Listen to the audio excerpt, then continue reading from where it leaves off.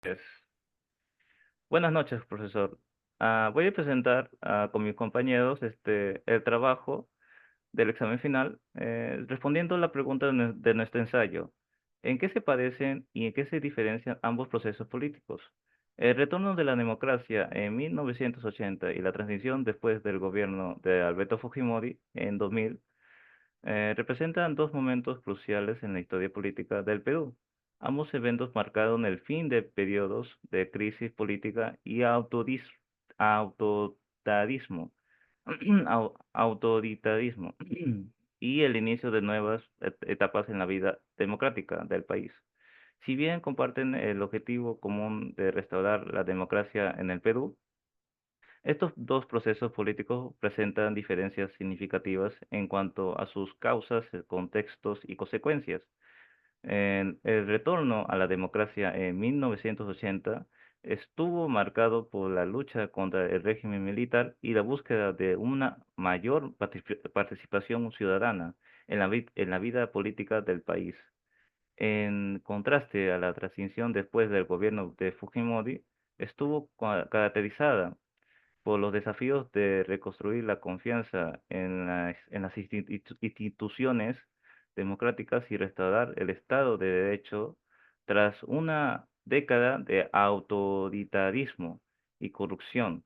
A través de un análisis detallado de estos procesos, podemos entender mejor la complejidad de la historia política peruana y las lecciones que ofrece para el presente y el futuro. En cuanto la segunda pregunta que podemos presentar sería, ¿cuáles son los autores consultados y cómo apoyan el desarrollo de nuestro ensayo?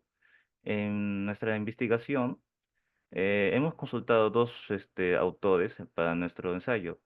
Serían a Jorge Medina y a Martín Tanaka, dos reconocidos expertos en ciencia política y estudios sobre el Perú. Sus análisis han sido fundamentales para respaldar y enriquecer nuestro ensayo sobre los procesos políticos en el país. Voy a darle paso a Jesús.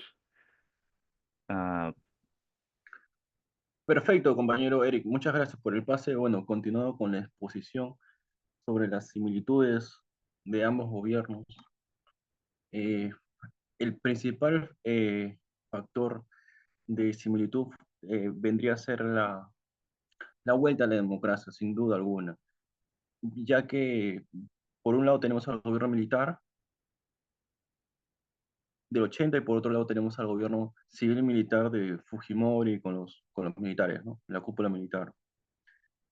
También es preciso mencionar que el gobierno militar del 80 era un gobierno ya decaído, ya eminente que se venía a la caída, ¿no?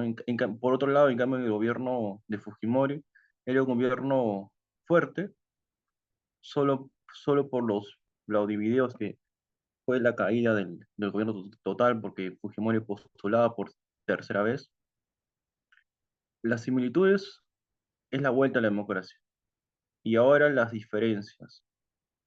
Por un lado, Fujimori cometió abusos de los derechos humanos condenados en la Comisión Interamericana de los Derechos Humanos, las esterilizaciones forzosas, las desapariciones, la corrupción, entre otras y muchas más. Por otro lado, el gobierno militar eh, traía, traía un gobierno de caos, cero a la democracia, eh, no había elecciones libres, los militares ocupaban todos los sistemas de poderes del Estado. Y es por eso que la salida de estos gobiernos trajeron mucha paz y mucha consolidación de los poderes de Estados y una tranquilidad a nivel internacional. Es por eso que se viene con la democracia para todos estos gobiernos de transición y de paz. Y es por eso que ahora le doy pase a mi compañero Joseph, para que continúe con la exposición, ya que él es muy ducho en el tema y va a profundizar más a detalle. Gracias. Nuestro Jesús. Bueno, acá voy a continuar con con esto, qué cambios significa sobre el tema del ensayo. El gobierno de Alberto Fujimori en el periodo de 1990 a 2000 en el Perú estuvo marcado por una serie de cambios significativos en diferentes aspectos políticos, económicos y sociales. Aquí se destacan algunos de los cambios más relevantes: estabilización económica, lucha contra el terrorismo, concentración de poder, reforma constitucional, programas sociales, corrupción y crisis financiera y huidas del país. Estos cambios reflejan la complejidad del gobierno de Alberto Fujimori, como logros en estabilización económica y lucha contra el terrorismo, pero también como una crisis por violaciones a los derechos humanos, corrupción y debilitamiento de las instituciones democráticas. La evolución de su legado sigue siendo objetivo de debates en la sociedad como peruana. Mm, Aunque también en el análisis del gobierno de Alberto Fujimori se pueden consultar diversas fuentes que ofrecen distintas perspectivas y enfoques. Algunos autores y expertos han abordado este tema desde distintas disciplinas como la historia, la ciencia política y la sociología de los derechos humanos. Aquí hay algunos autores cuyas obras y análisis podrían proporcionar informaciones relevantes. Estos autores proporcionan una variedad de enfoques y perspectivas sobre el gobierno de Alberto Fujimori en Perú. Es importante considerar múltiples fuentes para obtener una comprensión más completa y equilibrada en el periodo. Mm, La postura hasta entonces de Alberto Fujimori es variada y suele depender de la perspectiva política que quienes lo evalúan, pues. La evaluación de Fujimori y su gobierno es compleja y polarizada.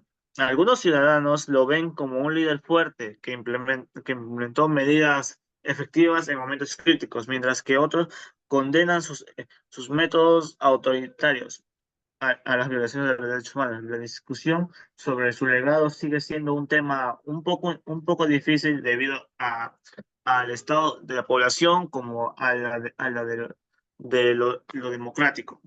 Según el criterio, algunos piensan que Fujimori fue demasiado dictador, otros piensan que Alberto Fujimori estuvo haciendo muy bien su trabajo. Pero eso ya es cuestión de diversas fuentes. Con esto, sin duda fue un gusto hacer este trabajo, fue muy interesante y muy educativo. Con esto, doy gracias. Adiós. Bueno, profesor, aquí nos despedimos. Gracias por su atención.